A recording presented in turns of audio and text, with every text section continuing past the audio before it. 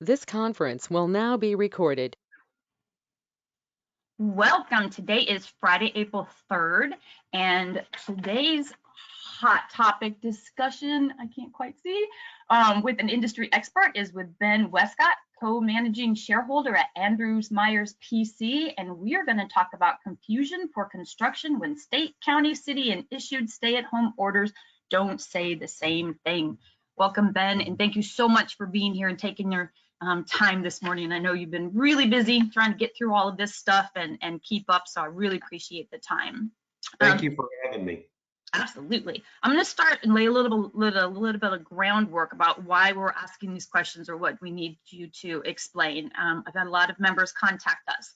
All last week throughout the state of Texas and in the Houston greater area, there were numerous stay-at-home orders issued. Harris, Fort Bend, Montgomery, Galveston counties are all the ones that we're focused more on just because we're in Houston.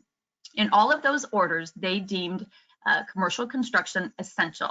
So if you had offices, you're working in job sites, you could go ahead and just basically do business as usual as long as you do the 6 feet and you do social distancing within the job sites. All of those orders were set to expire at the end of this week. Then on Tuesday, Governor Abbott issued an executive order but for the entire state, but it followed the guidelines that the Cybersecurity and Infrastructure Security Agency, or CISA, has in their guidance on essential critical infrastructure workers document list. In that list, construction is mentioned, but only when it's in reference to certain industry sectors. Also this week, Harris County, Fort Bend, and Montgomery all extended their initial orders. Galveston, however, did not, and they issued a new order that follows the state's order, again, going back to that CISA document and limiting what kind of construction can be done. So can you explain how all this fits together, what orders you follow when city, state, county are different, what construction falls under CISA, what does that mean? And then how can construction companies determine if they can or cannot go to work, if they should be on job sites, if their offices should be open? It's getting confusing. Well, confusing is the word, and the most important thing that each of your members can do is do a plot of where their jobs are and which counties those projects are in. Because just because the governor issued a statewide order doesn't mean you still don't have to comply with certain components of the individual county's order. Okay? The first thing we have to do is we have to talk about the governor's order. The governor's order sets the floor. The governor's order says no local government can restrict below the floor. Okay? So if the governor's order says you're protected, then you're protected. Okay? But if a local order says that more construction can be performed, then more construction can be performed in that jurisdiction. Okay. Now, another thing to remember is that there are lots of counties in Texas that have no orders at all for anyone to stay at home. And in those counties, everyone can continue to work. Again, it's still a good safety practice for them to follow the social distancing rules and remain 6 feet from each other, constantly wash their hands, and make sure that they're practicing safe, clean work practices. Okay, but let's take, for example, if you're practicing those safe practices in Harris County, all construction can proceed. Okay, because the Harris County order says construction is critical, and it labels construction generally all types of construction. Montgomery County has the same order. It says all construction can continue. Okay, and so in those cases, it proves my point. The state order is the floor.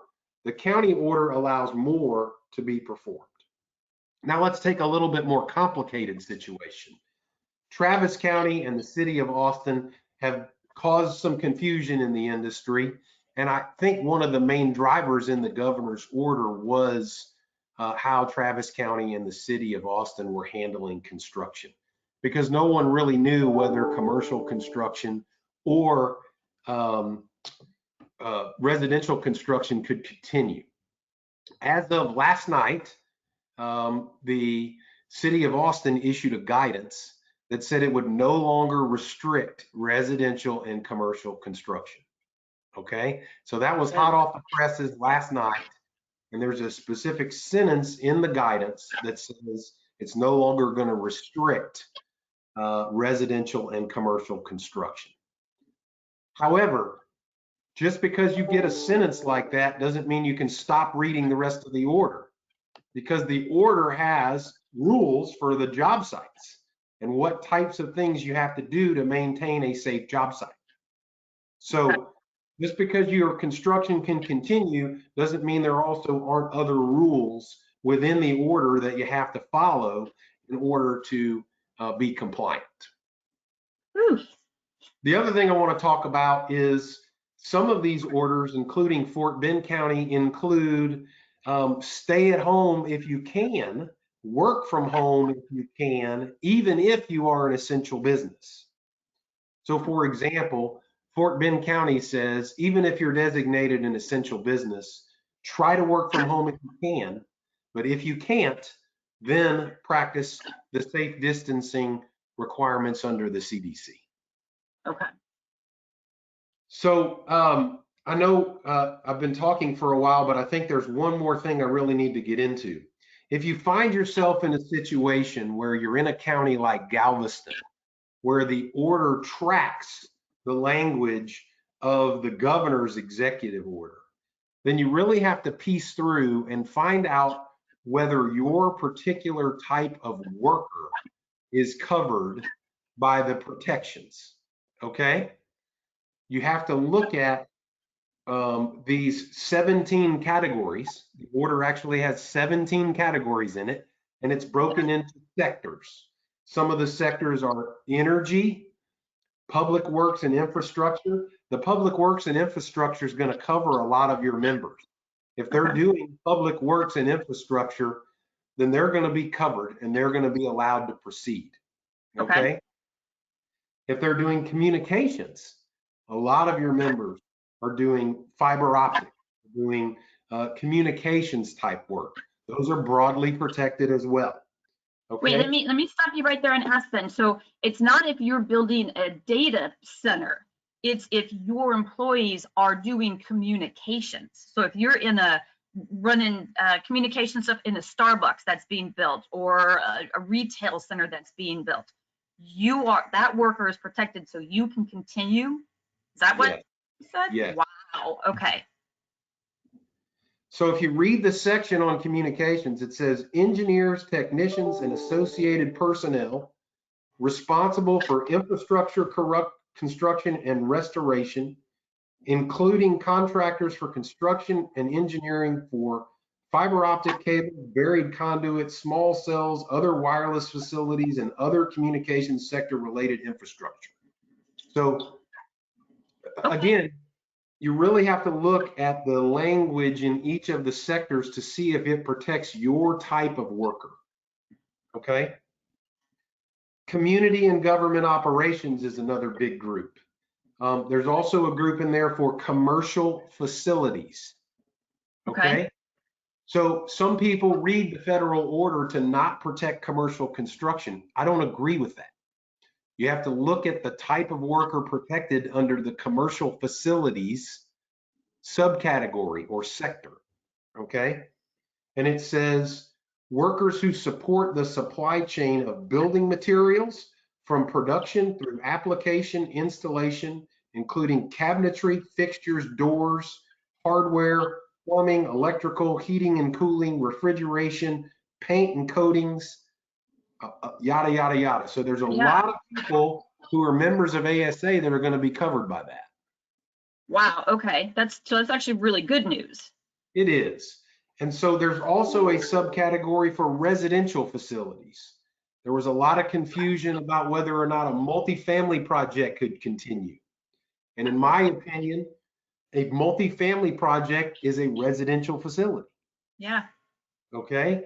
And so thinking in terms of whether or not my worker is covered by the group or my project is covered by the sector will help you figure out where to look in this order for who is protected and who is not. Okay. Okay. Wait, I'll back up a little bit. You when you first started talking about the governor's order, said there are a lot of counties, cities that don't have any kind of stay at home. So the governor's order is the one that they have to go by.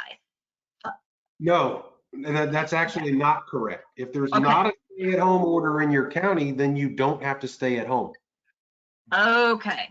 Okay. So Because remember, the governor's order is the floor. The governor's order says no one can restrict business any more than this.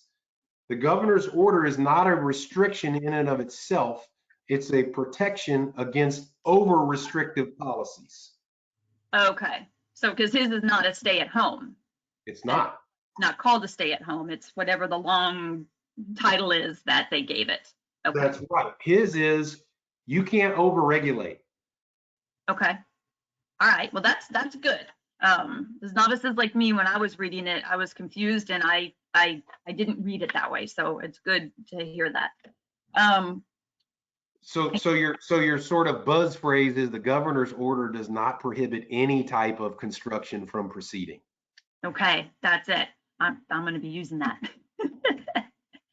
Can you think of anything else that around all of this that you guys have been getting asked, or you've had to try to clarify or work through, or? Yeah, I think the complicated part of this is going to be as more and more restrictions get put in place about how to manage a safe work site. And I don't mean restrictions as a bad word. Things that may impact one of your members' ability to actually perform their job in a timely manner is Right. how do we balance what is a safe practice and what is overly restrictive. Right. And we're not really there yet because we don't have any real life examples of people who haven't been able to work because of these restrictions, but I think they're coming. Okay. And then what do you do with that? Do you request relief under your contract? Do you request relief from the local governmental agency to try to do an adaptation? I think there's going to be more shift work coming. Oh, yeah. To try to address how many people you can put on a job site at a given time. And everybody knows that's more expensive. And owners and general contractors are going to have to weigh the completion date versus the cost. Right, right. So I think that's the next iteration of this is how do we put this stuff into practice and stay safe, Yeah. knowing that schedules and costs are going to be impacted by it. Right, right. Well, I see another hot topic discussion coming between us here then in a few weeks. Right, right.